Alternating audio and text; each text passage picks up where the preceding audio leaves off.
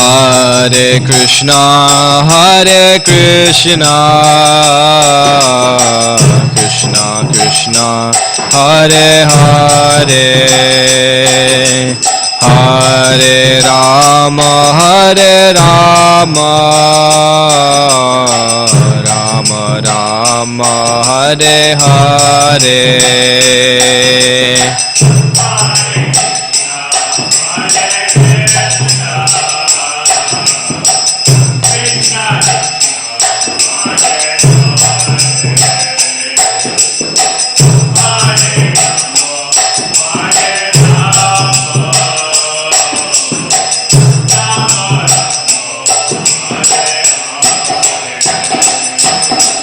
Hare Krishna, Krishna Krishna, Hare Hare, Hare Rama, Rama Rama, Hare Hare.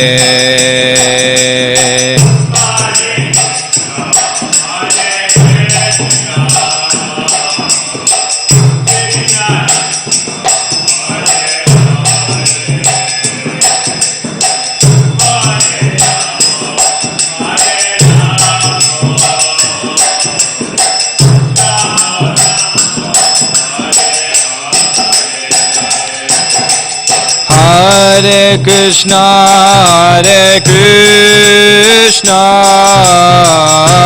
Krishna Krishna, Hare Hare,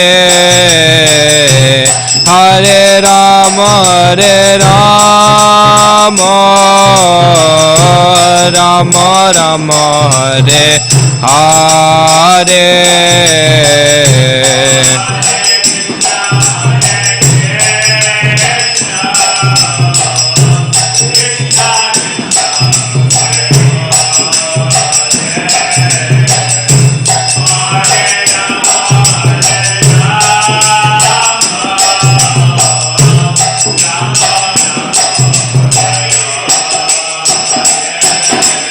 Hare Krishna,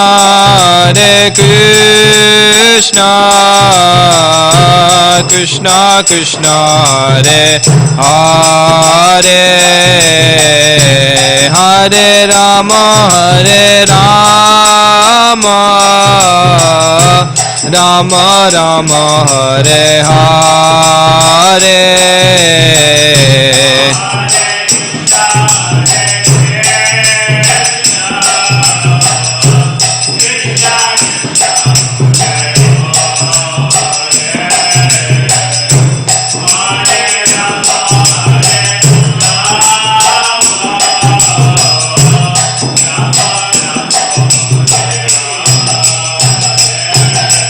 Hare Krishna, Krishna Krishna, Hare Hare, Hare Rama, Rama Rama, Hare Hare.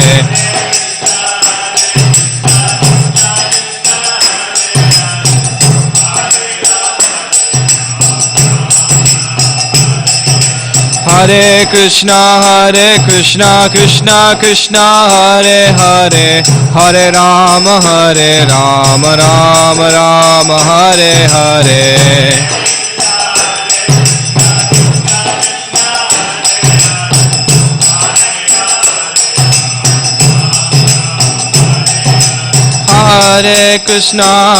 Hare Krishna, Krishna Krishna, Hare Hare, Hare Rama, Rama Rama, Hare Hare.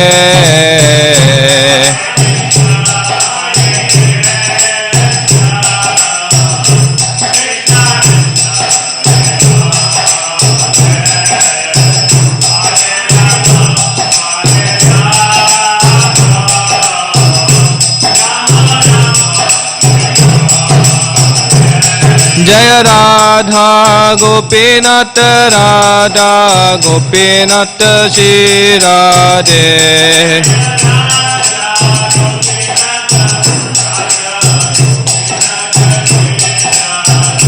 Jaya Prabhupada, Jaya Prabhupada, Jaya Prabhupada, Jaya Prabhupada.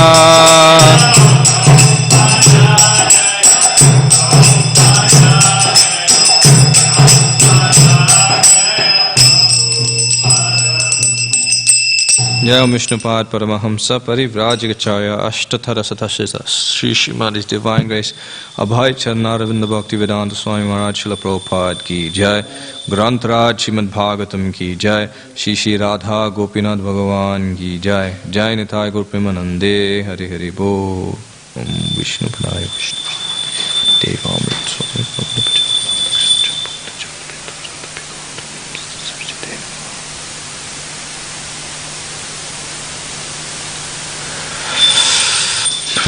Om Namo Bhagavate Vasudevaya. Om Namo Bhagavate Vasudevaya. Om Namo Bhagavate Vasudevaya.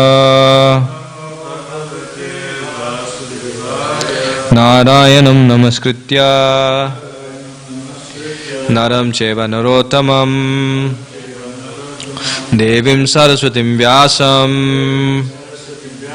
Tato Jayamudiraye Nashta Praya Shabadreshu Nityam Bhagavata Sevaya Bhagavati Uttama Shloke Bhaktir Bhavati Naishtiki Krishnaya Vasudevaya Devaki Nandanaya Cha Nandagopa Kumaraya Govindaya Namo Namaha. Reading from Srimad Bhagavatam, Canto number 3, Chapter 7. Further inquiries by Vidura, text number 9. Maitreya Uvacha Seyam Bhagavato Maya Seyam Bhagavato Maya Yannayena Virudyate Yannayena Virudyate Ishvarasya Vimuktasya Ishvarasya Vimuktasya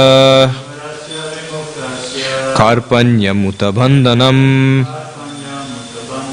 Karpanyam Utabandhanam.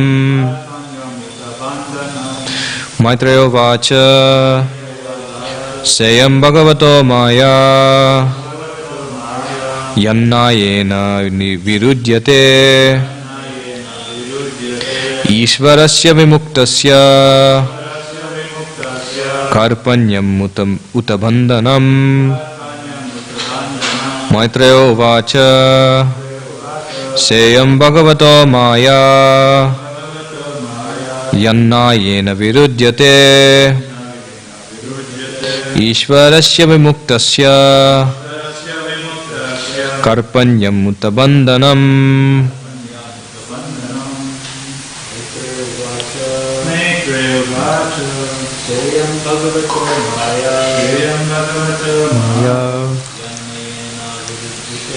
Yannayena Virudyate Ishvarasya Vimuktasya.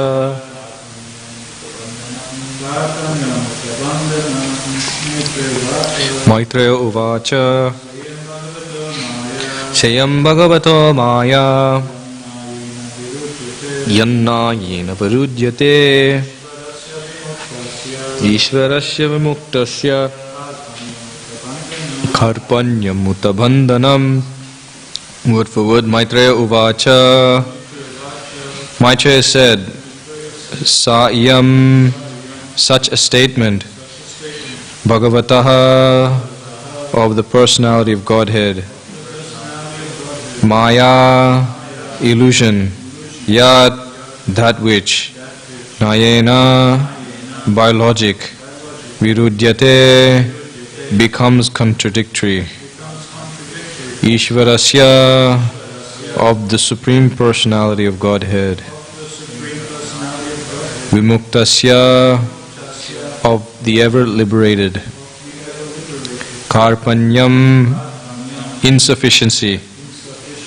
Uta, as also, what to speak of. Bandhanam, bondage. Translation and purport by His Divine Grace Abhay Charnaravinda Bhaktivedanta Swami Maharaj Srila Prabhupada Jagat Guru Srila Prabhupada Ki Jai. Translation: Sri Maitreya said, certain conditioned souls put forward the theory that the Supreme Brahman or the personality of Godhead is overcome by illusion or Maya, and at the same time they maintain that He is unconditioned. This is against all logic. The purport is quite long, so we'll chant Mangalachara now and we'll go through the purport step by step. Om Jnanatimirandasya Jnananjana Shalakaya Chakshurun Militam Yena Tasme Shri Gurave Namaha Shri Chaitanya Manobhishtam Stapitam Yena Bhutale Swayam Rupa Kadamayam Dadati Swapadantikam Vandeham Shri Guru Shri Utapada Kamalam Shri Gurun Vaishnavamscha Shri Rupam Sagrajatam Sahagana Raghunatan Vitam Tham Sajivam Sadvaitam Savadutam Parijana Sahitam Krishna Chaitanya Devam Shri Radha Krishna Padan Sahagana Lalita Shri Vishakhan Vitamscha He Krishna Karuna Sindhu Dina Bandhu Jagatpate Gopesha Gopika Kanta Radha Kanta Namo Sute Tapta Kanchana Gaurangi Radhe Vrindavaneshwari Vrishabhanu Sute Devi Pranamami Hari Priye Vanchakalpatarubhyascha Kripa Sindhubhya evacha Patitanam Bhavanebhyo Vaishnavebhyo Namo Namaha. Jaya Shri Krishna Chaitanya Prabhu Nityananda Shri Advaita Gadadhara Shiva Sadi Gaura Bhakta Vrinda. Hare Krishna Krishna Krishna Hare Hare Hare Rama Rama Rama Hare Hare Hare Krishna Krishna Krishna Hare Hare Hare Rama Rama Rama Hare Hare Hare Krishna Krishna Krishna Hare Hare Hare Rama Rama Hare Hare.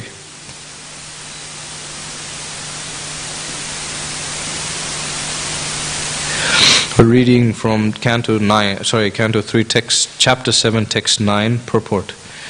Sometimes it appears that the Supreme Personality of Godhead, who is 100% spiritual, cannot be the cause of the illusory potency which covers the knowledge of the individual soul. But factually there is no doubt that the illusory external energy is also part and parcel of the Supreme Lord. So this first couple of sentences, actually this purport is pretty much just two chunks, two big paragraphs. So we'll just go through each paragraph based on the particular topic Prabhupada is talking about. These first couple of sentences here, Prabhupada is talking about how is it that although we say that the Supreme Personality of Godhead is 100% spiritual, how is it that He can be the cause of avidya, or the material energy, if He is 100% spiritual? So that's what the first section addresses. And then the second section here we'll come to as we continue reading. So here Prabhupada's already mentioned here that it appears that if Krishna is 100% spiritual, how can he cannot be the cause. How can He be the cause of illusory energy? But factually there is no doubt that the illusory external energy is also part and parcel of the Supreme Lord. When Vyasadeva realized the Supreme Personality of Godhead, he saw the Lord along with His external potency which covers the pure knowledge of the individual living entities. So it's mentioned that after Vyasadeva, in the first canto we've covered it before, Vyasadeva felt despondent after writing so much of the Vedic literature, and he came to a point of despondency. And Vyasadeva was so self-realized that he was able to understand he was despondent, but it so happened that he did not understand why. Of course, this is the Leela of the Lord. Our Vyasadeva is an incarnation of the Supreme Personality of Godhead Himself. So, giving the opportunity for Narad Muni to come and to clarify and as well glorify the process of devotional service. Narad Muni comes and tells him that you've done everything. You've nicely mentioned Dharma, Artha, Kama and Moksha. But unfortunately, you've emphasized it so much, the living entities have no idea about the Lord's activities and pastimes and of the spiritual nature. So therefore, Narad Muni instructs Vyasadeva to just write the literature Srimad Bhagavatam, which is the complete understanding and glorification of the Supreme Personality of Godhead and His devotees. So when Narad Muni left, Vyasadeva sat there in meditation, and it's mentioned that Vyasadeva saw the Supreme Personality of Godhead Himself. He saw religion on his front side, and on the back he saw Maya. So in other words, that this aspect of the illusory energy is also part and parcel of the Lord. And as Ganesham Prabhu was clarifying yesterday, or a previous class, that actually to us we see it as material. What is material? Material is that which we've somehow or other, under illusion, disconnected from the Lord. We've somehow or other removed its relationship with the Lord. And I like repeating this one because it always makes it sink in. Prabhupada often has mentioned that our understanding is that, okay, Krishna, he has his own internal potency, he can deal with that, and our contaminated consciousness is that this external potency is for our enjoyment. It's not for Krishna's enjoyment, it's for our enjoyment. Because we are also like Krishna, and we can also enjoy energy of Krishna because we are Krishna. So therefore the internal energy Krishna can take, no problem. External energy we will enjoy. So this is what makes it material energy. But when it is used in Krishna's service, we hear so many times that anasaktasya vishayan yataham upayunjataha, that we use everything in relation to Krishna, it becomes spiritualized. So what does that mean? It means when it's used in Krishna's service, it again, to at least our understanding, our consciousness, it regains its spiritual nature. So it's again used in the service of the Lord. So for the Lord it's no different, because the Lord always remains on the absolute platform. For Him, His energies are His energies. There's no such thing as good and bad, no duality for Him. Whereas in our conditioned state, duality exists. So that's why Krishna tells Arjuna that nirdvanda nitya sattvasto niryoga kshema atvaman, that don't get bewildered by the flowery language of the Vedas. Rather become nirdvandva, free from duality. Nitya sattvasto, become situated in the mode of pure goodness. Niryoga kshema atvaman. So don't care for one's own sort of Niryoga kshema atvaman, one's protection or one's protection. So here Prabhupada says that Vyasadeva has seen the external potency in relation with the Supreme Personality of Godhead. So this is to clarify the point that although the Supreme Personality of Godhead is spiritual, and we consider illusory energy potency the potency which covers the knowledge of the individual soul as material, still we have to understand that it is a part and parcel of the Lord, being an energy of the Lord. It is the external potency of the Lord, or the Bahiranga Shakti. There is these three potencies of the Lord: the Antaranga Shakti, the internal, the Tatastha Shakti, which is the marginal, and the Bahiranga Shakti, which is the external. And they're all potencies of the Lord. They all come from the Lord.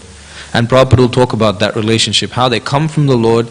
The Lord is present, but they're equivalent to the Lord, but at the same time, identical, but at the same time they're different. And that's what Prabhupada will now talk about here. Why the external energy acts in this way may be considered as follows, as analyzed by great commentators like Vishwanath Chakravarti Thakur and Srila Jiva Goswami.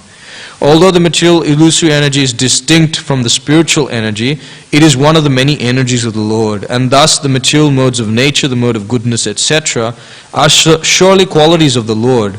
The energy and the energetic personality of Godhead are not different, and although such energy is one with the Lord, He is never overpowered by it.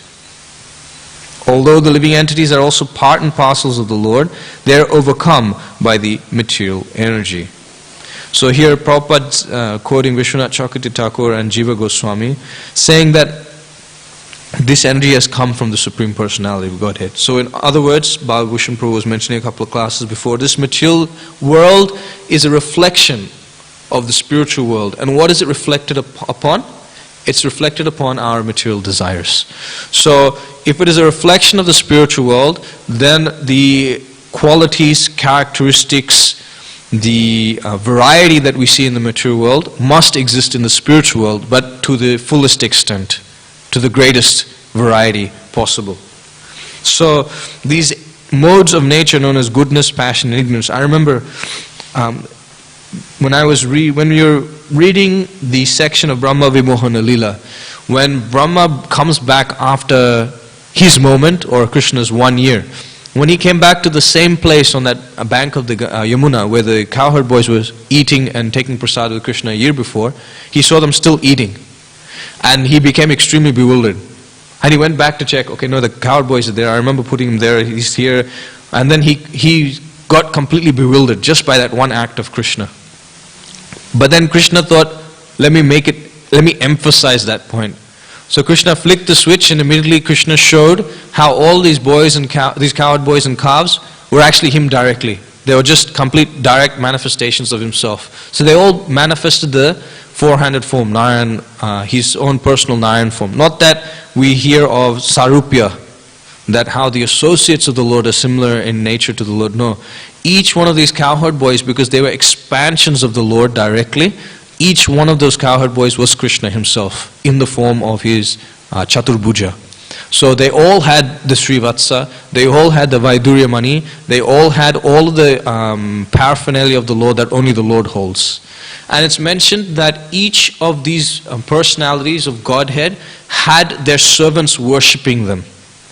They had Brahmas, they had Shivas, they had demigods, they had insects, they had animals all worshipping them to the best of their capability. In fact, it's mentioned that when Sukadeva Goswami describes what Brahma saw, when he describes the glance of the Lord, it's mentioned that the Lord, in the Sanskrit it mentions Raja, passion. The Lord's glance agitated the devotees of the Lord passionately. And there it's clarified in the purports that actually this passionate nature is not of the material quality, it's of the goodness. And what does passion generally do in the material nature? It makes us want to work for some endeavor, for some result. It makes us hanker for the result so much that we go through so much trial and tribulation just to get it. On the spiritual platform, the agitation of so-called pure passion, or the reflection or the origin of Rajagun, is that it makes us completely eager and mad to satisfy Krishna's senses, mad to satisfy Krishna's pleasure, or give Krishna pleasure. And that's what the glances of these particular personalities of Godhead, or Krishna himself, was agitating within the core of the hearts of his pure devotees. So you can see that's an example of how Jiva Goswami and Vishwanath Chakravarti Thakur are mentioning, thus the modes of material nature are surely qualities of the Lord. In another sense, they are also the qualities of the Lord, not just because they've reflected, but because they come from the Lord himself. They are non-different from the Lord because Shakti Matayor Abhedha. There's no difference between the energy and the Lord because they're both of the same quality. But Prabhupada will now clarify, as Krishna mentions himself in Bhagavad Gita and it's mentioned in a previous purport also, that the energy and the energetic are not different. Although such energy is one with the Lord is never overpowered by it. So what does that tell you? If the energy and the Lord are the same, yet there seems to be a hierarchy of superiority and inferiority to the extent that the Lord governs Maya Dakshin Prakriti Suyate Sacharacharam, and that the energy of the Lord is subordinate to the Lord. So then if that hierarchy exists, then we can understand that qualitatively they're one, quantitatively they're different. That is the nature of Achintya Beda Beda Tattva. So here Prabhupada says that although living entities are also parts and parcels of the Lord, they are overcome by the material energy. Again, Prabhupada's taking the time to emphasize that actually the energies of the Lord are equal to the Lord, but the Lord is always the supreme and the energies are always subordinate to the Lord. And the marginal energy, the specific lakshana or characteristic, is that it falls under the control of material energy or spiritual energy. It is always governed by one or the other, by Yogamaya or by Mahamaya, by Prakriti or Maya, Prakriti or by Devi. Devi Yesha Gunamayi Mama Maya Duratyaya Mameva Papajyante Maya Metam Taratite. So if one takes shelter of Krishna, Krishna's internal potency, devotional service, then one is able to overcome the insurmountable ocean of Maya, or material energy, the Bahiranga Shakti, the external potency of the Lord. So what does that tell you? It tells you two things. One is that the Lord and His energies are non-different, but at the same time there's a hierarchy. The Lord is never overpowered by His energy. And it tells you that us living entities, unfortunately, we are not the Lord. We are overcome by the energies itself. So here you already have a hierarchy. The Lord is never overpowered by the energies, therefore He takes the top place. The energies such as Yogamaya and Mahamaya take second place, and below them is the conditioned living entities, the Jiva Tattva. But because the Jiva Tattva is originally of a spiritual nature, because of his desire to enjoy, has come under material energy. Therefore he has become subordinate to material energy. But actually that's not his nature, because Krishna says aparayam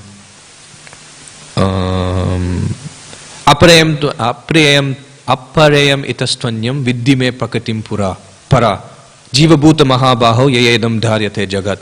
They are superior, the jiva shakti, the jiva tattva. Unfortunately they are struggling in material existence because of their identifying with material existence. As soon as they identify with the spiritual existence, naturally this yayedam dharyate jagat, this struggle in material existence doesn't exist for them. Mama ivamso jiva bhuta jivas loka sanatana manasastendriyani prakritistani karshati. As soon as they stop identifying with the mind and the senses and identify themselves as gopi bhartur padakamalayor dasadasuna das, then they immediately become superior to material energy. As Krishna says in Bhagavad Gita, that once having gone back to the spiritual world, they'll never come back here. Yad gatva puna what? Yad gatva tad dhamam paramam mama na yad gatva na nivartante tad dhamam paramam mama. Yeah. So having once gone, they never come back again. So that's the hierarchy you can see there. In the conditioned state, the living entity is under Mahamaya, but in the liberated state is under Yogamaya, in the spiritual category. Okay, we'll continue. The inconceivable Yogam Aishwaryam of the Lord is mentioned in Bhagavad Gita. Nachamatstani bhutani paschame Yogam Aishwaryam. Bhutabrin nacha bhutasto mamatma bhuta bhavana. This is misunderstood by the froggish philosophers. So here Prabhupada is talking about the froggish philosophers as those who are trying to understand the supreme absolute truth through the limited senses or limited faculties that they have present in the material state of consciousness. So who are these froggish philosophers at this point in time? Here Prabhupada will continue. In order to support a theory that Narayana, the Lord himself, becomes a Daridra Narayana, a poor man, they proposed that the material energy overcomes the Supreme Lord. What is this concept of Daridra Narayana? Well, you see, the Mayavadis say that everyone is Narayan. So when they say everyone is Narayan, that you are God, I am God, we are all God, to satisfy that criteria that everyone is God, when sannyasis of the Mayavadi school meet another sannyasi, they naturally refer or greet saying Namo Narayana, Namo Narayana, which means I pay respect to Narayan, who you are Narayan and I am also Narayan. So it sounds a bit humble, Namo Narayan, I'm paying obeisances to you. But actually in their consciousness is that actually I'm paying obeisances to myself because I'm the Supreme. Because you are me, I am you, doesn't make a difference.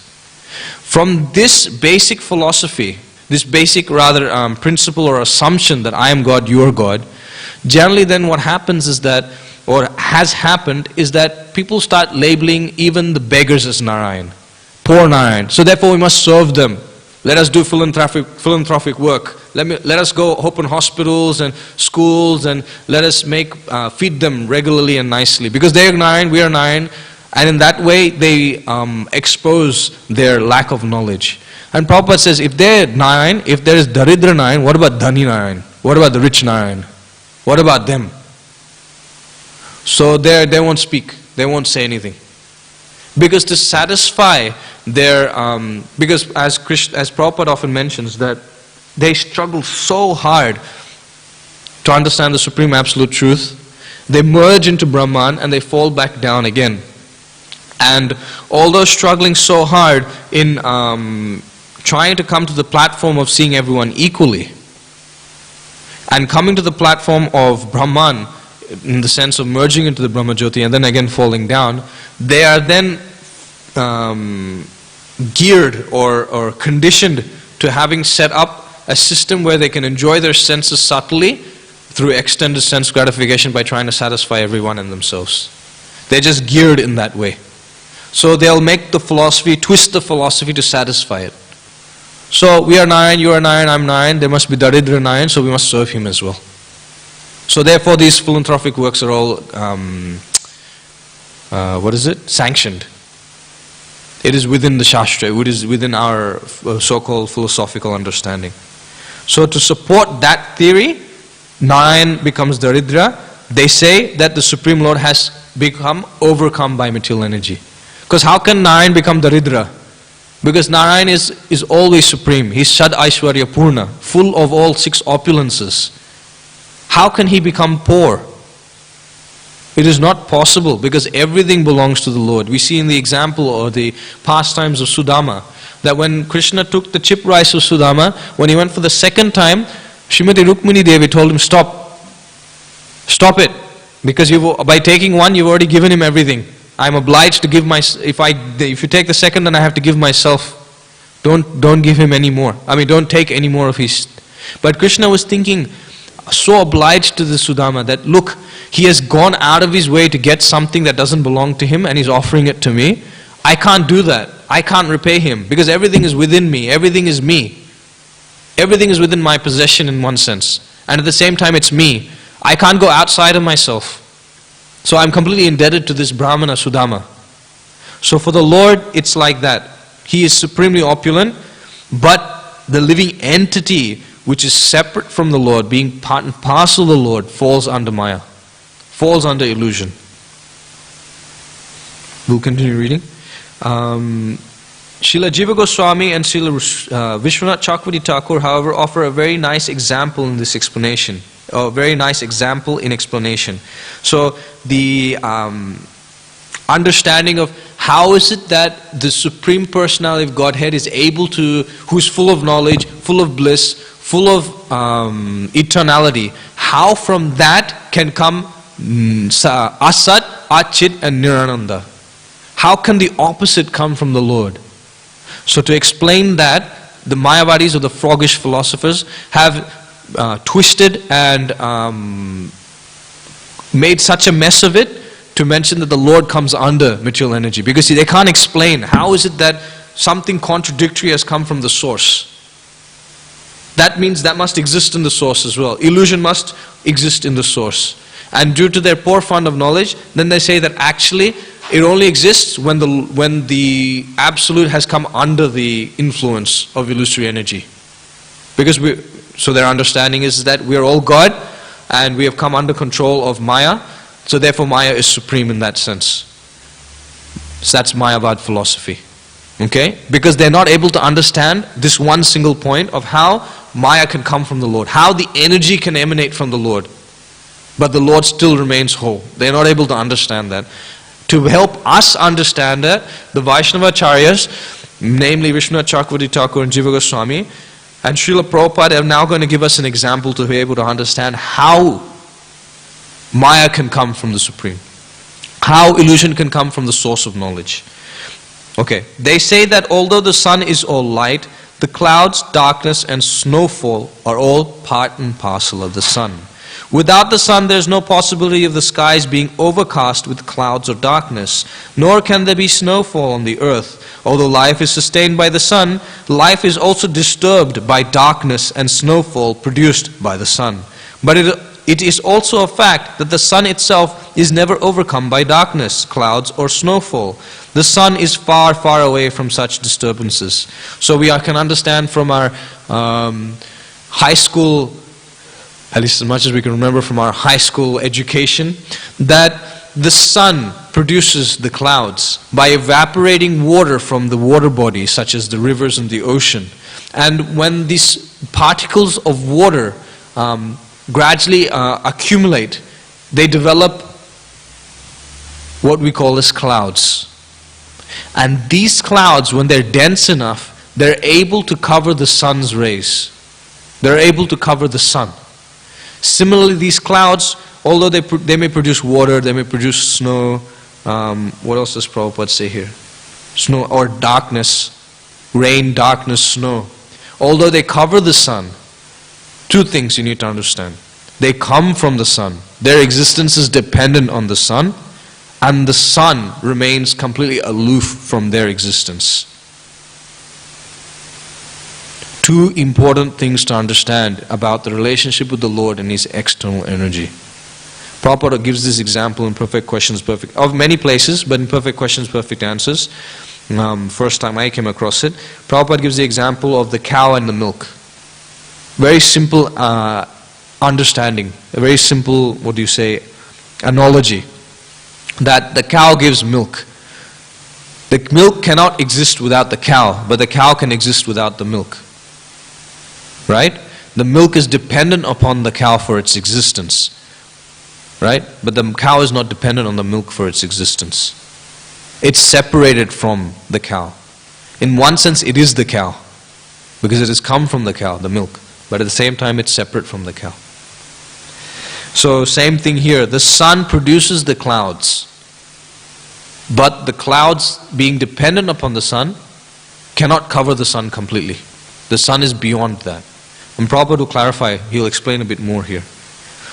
So we just discussed, but this is the previous sentence. But it is also a fact that the sun is never overcome by darkness, clouds or snowfall. The sun is far, far away from such disturbances. Only those who have a poor fund of knowledge say that the sun is covered by a cloud or by darkness. Similarly, the Supreme Brahman or the Para-Brahman, the personality of Godhead, is always unaffected by the influence of the material energy, although it is one of his energies. Parasya Shaktir Vividhaiva Shuyate. In London,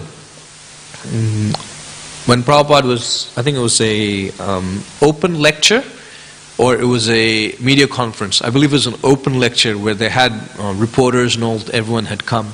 And in the question and answer sessions, someone asked Prabhupada very challengingly that can God create something that He cannot lift? Because it's a loaded question. Because if He's able to lift it, then that means He's not able to create something that He cannot lift. That means He's not God. But at the same time, if He creates something He cannot lift and then lifts it, then it's not something that cannot be lifted. So it's a confusing thing. So Prabhupada then tells this man, yes, Prabhupada, or rather, I think I've butchered this one. So the question is, can God create something He cannot lift? That's the question. And so then Prabhupada tells him, yes, He can create something that's heavy, that cannot be lifted, but then He'll go ahead and lift it. So the idea here, Prabhupada, or in connection to this, is that the Supreme Personality of Godhead can create, produce, sanction many activities through His energies, but He remains always the controller. He always remains, the master. He always remains superior to the energy. So although the energy apparently may have a contradictory nature, still the Lord is able to be the controller of that energy. I'll repeat it again. Those who have a poor fund of knowledge say that the sun is covered by a cloud or by darkness. Similarly, the Supreme Brahman or the Para-Brahman, the personality of God, it is always unaffected by the influence of the material energy, although it is one of His energies. So it comes from Him, but He's not affected by it. So illusion is there, present as behind the Lord, but He's not affected by it. He remains absolute. So this is to further substantiate or further clarify that the Supreme Lord, as Maitreya Muni is saying here, that the Supreme Personality of Godhead is never overcome by Maya. He's always unconditioned. That is the proper logic. Not that he's overcome by Maya and then remains and can also be unconditioned. That is against logic. As we read in the previous chapter, last verse, that it is the most sane thing to do is that to understand you cannot understand Krishna fully and just to pay obeisances to him. And just beg him to be able to see and understand to the best of your capacity his glories. That's it. Otherwise, you will always remain illogical, trying to utilize your fertile brain substance to understand the Lord, Prabhupada often says. So again, we'll continue the purport. So this is the first paragraph. The first paragraph of this purport is talking about how the Lord is in relation with his relationship with material energy. This is the second paragraph. The second paragraph here talks about the living entity and the Lord's relationship. So both of them with material energy. Now this is a bigger paragraph. I'll just go through most of it and then we'll discuss a bit. There is no reason to assert that the Supreme Brahman is overpowered by the illusory energy. The clouds, darkness and snowfall can cover only a very insignificant portion of the sun's rays. Similarly, the modes of material nature may react upon the ray-like living entities. It is the misfortune of the living entity, certainly not without reason, that the influence of the material energy acts on his pure consciousness and eternal bliss. So here Prabhupada's speaking or referring to an analogy that he's often mentioned, that, and it's a very common analogy given throughout Shastra, it's of the sun or of fire. That the sun emanates sun rays. The Lord, from him emanates all the living entities. So in one sense, they are one. They are the same, of spiritual nature. Just that the sun and sun rays are the same nature. But the sun is not dependent on the rays, but the rays are dependent on the sun for existence. Similarly, the jiva, being a spark coming from the fire. The Supreme Lord is the fire, the jiva is the spark. When the spark leaves the fire, then it loses its characteristics of the fire. But when it's within the fire, then it remains with the characteristics of fire. So similarly here, Prabhupada's mentioning, it is not that all of the rays gets covered by the sun. Only a few section. So the analogy Prabhupada's referring to is that not everyone falls into Maya. 3/4 of existence are pure devotees. We fall under the category, unfortunately, the 1/4 that happened to fall, that spark that fell away from the fire. The sun ray or particle of the sun ray that's been covered by this cloud. That's us. And Prabhupada says here, this is certainly not without reason, because we have chosen to come here. This covering of pure consciousness and eternal bliss is due to the avidya karma samjna, the energy which acts on the infinitesimal living entities who misuse their minute independence. So that's the reason why we are the small fraction of living entities under the cloud of material energy covering us from the Supreme Lord. According to Vishnu Puran, Bhagavad Gita and all other Vedic literatures, the living entities were generated from the Tachashta Shakti of the Lord. I think the verse is Vishnu Shakti Para Prokta Chetagya Tatapra. I can't remember the rest of that verse, but that's from Vishnu Purana. And thus they are always the energy of the Lord and are not the energetic. The living entities are like the sun's rays. Although as explained above, there is no qualitative difference between the sun and its rays. The sun's rays are sometimes overpowered by another energy of the sun, namely the clouds, by clouds or by snowfall. Interesting. The cloud, it's mentioned that the cloud is an energy of the sun, because it has come from the sun. Its existence has come from the sun. So just as Krishna has his energy, internal potency, where all living entities take shelter, when they choose to misuse their minute independence, then they take shelter of another energy of the Lord, the cloud or Mahamaya. Similarly, although living entities are qualitatively one with the superior energy of the Lord, they have the tendency to be overpowered by the inferior material energy. I just discussed this, that although they are qualitatively one with the superior energy, the Prakriti, Parashakti, still they have the tendency, unfortunately, to take shelter or to become overpowered by material energy. In the Vedic hymns, it is said that the living entities are like the sparks of fire. The sparks of fire also are fire. But the burning potency of the sparks is different from that of the original fire. Again, very basic principle. This philosophy takes an Ashtanga yogi so many steps to be able to come and understand and come to the point of understanding or realizing. It takes the Jnana yogi so many lifetimes to come to this point to understand. But for the Bhakti Yoga is the second chapter of Bhagavad Gita. It's immediately taught to them that we are the individual soul and Krishna is the super soul.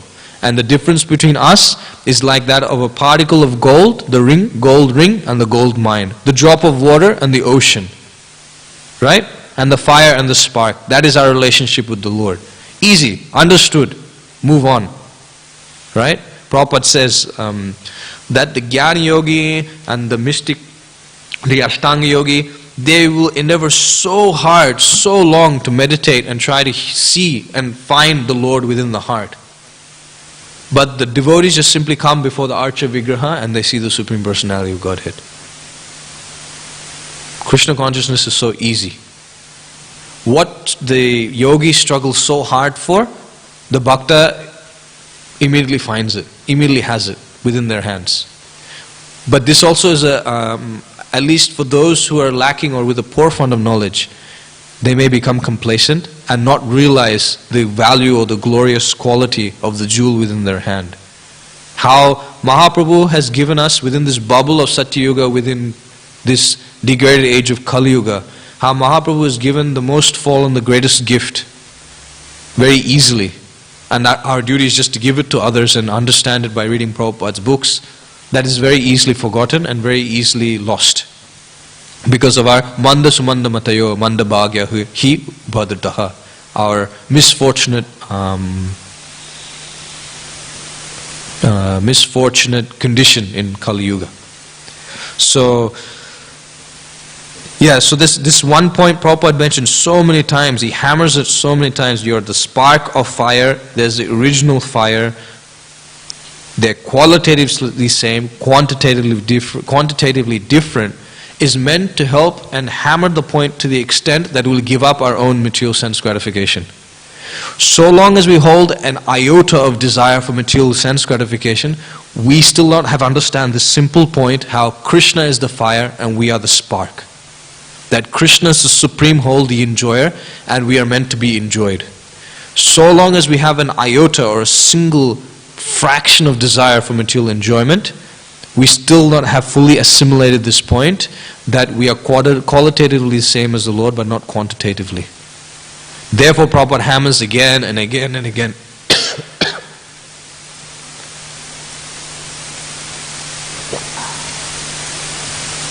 And unfortunately this fraction of desire, for me at least, the ocean of desire, but this desire, so long as they exist within the heart to enjoy the senses, the Nirvishesha Sunyavadi principle will always come and attack our devotional service. To satisfy and protect this material enjoyment. Material enjoyment practically is declaration against Krishna that you are not God, I am God. Or rather, let's take it a bit more of a step down.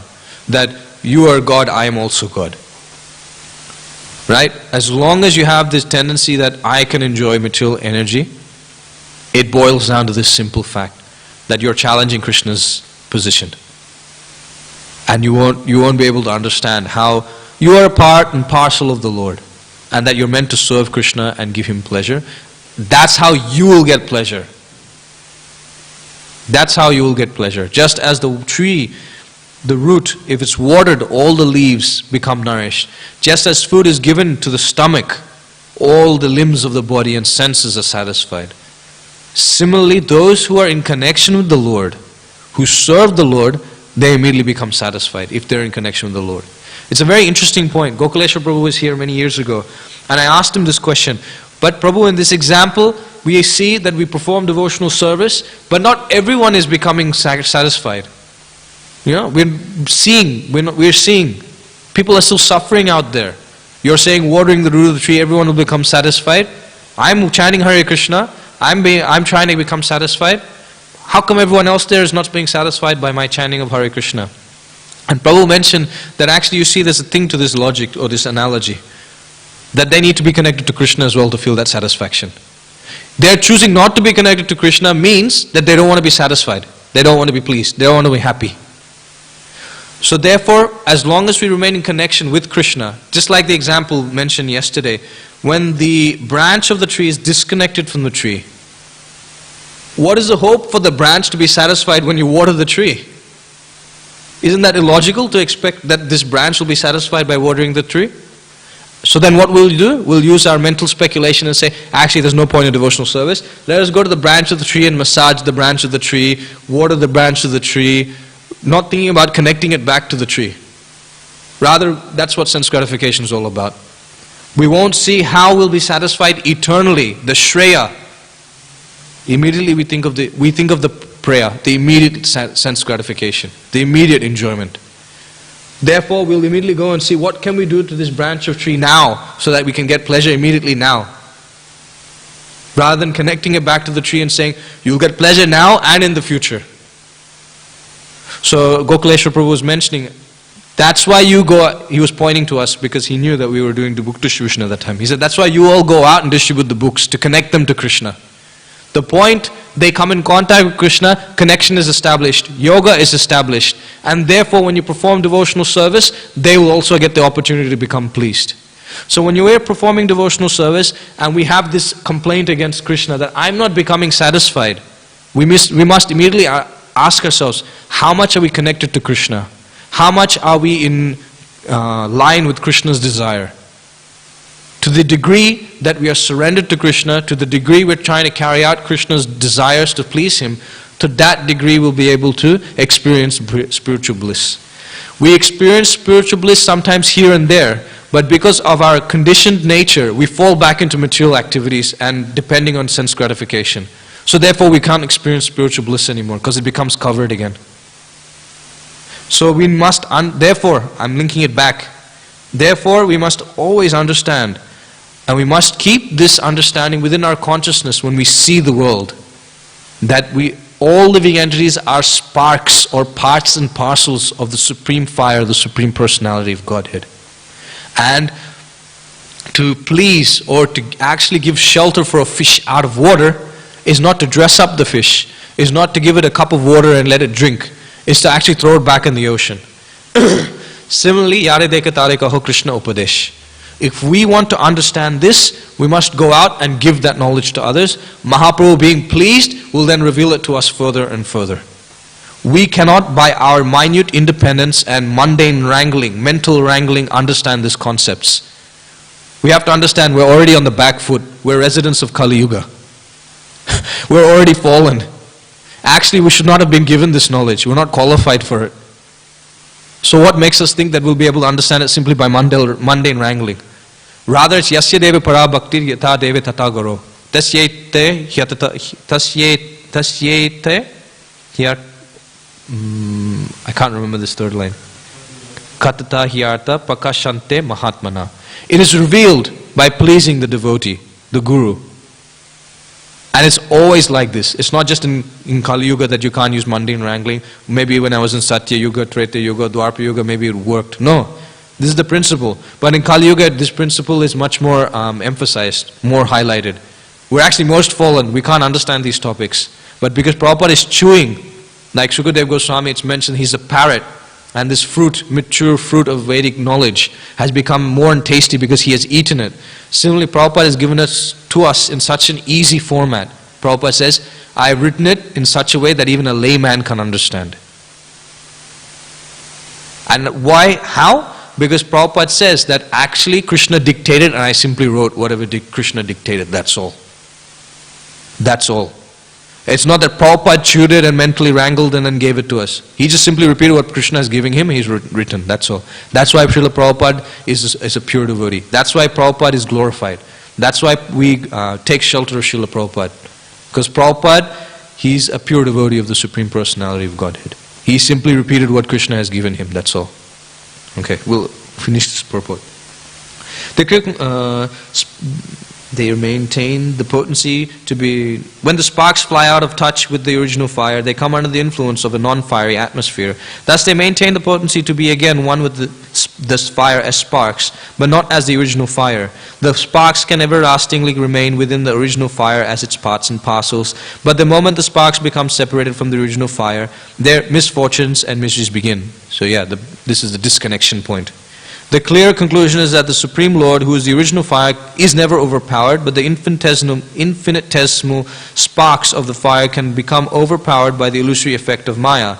It is a most ludicrous argument to say that the Supreme Lord is overpowered by his own material energy.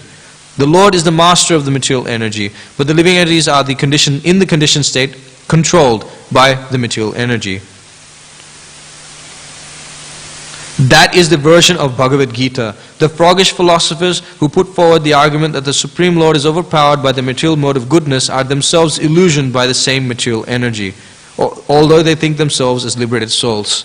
So again, that point I was mentioning, that it was also mentioned by Srimad Nishinga Prabhu previously, that this mode of goodness, the problem is that one becomes conditioned to think that he knows everything.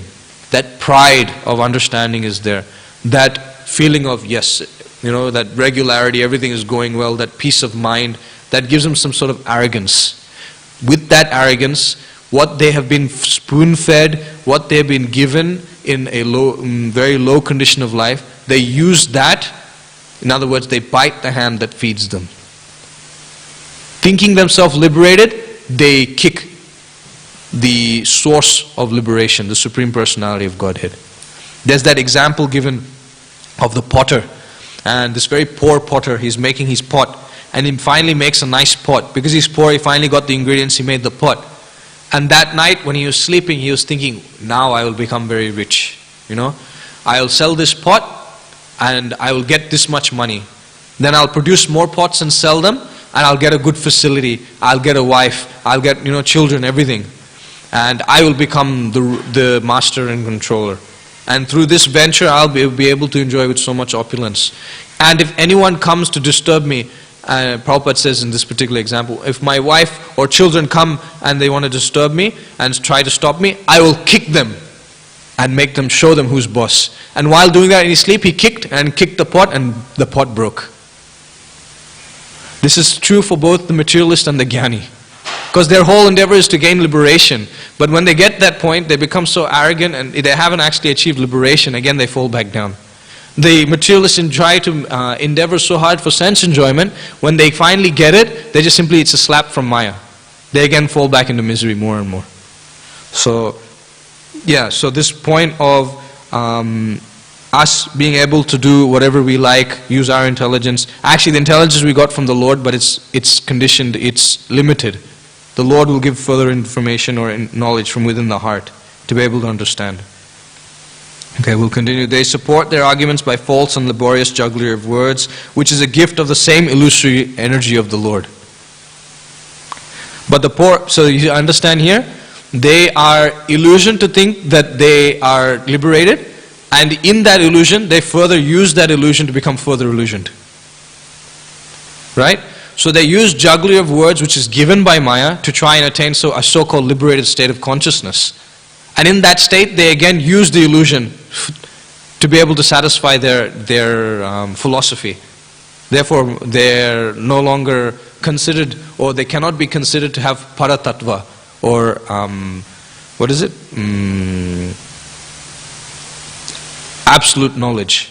Yeah, paratattva. They're not able to understand or have, because they're completely dictated by illusory energy.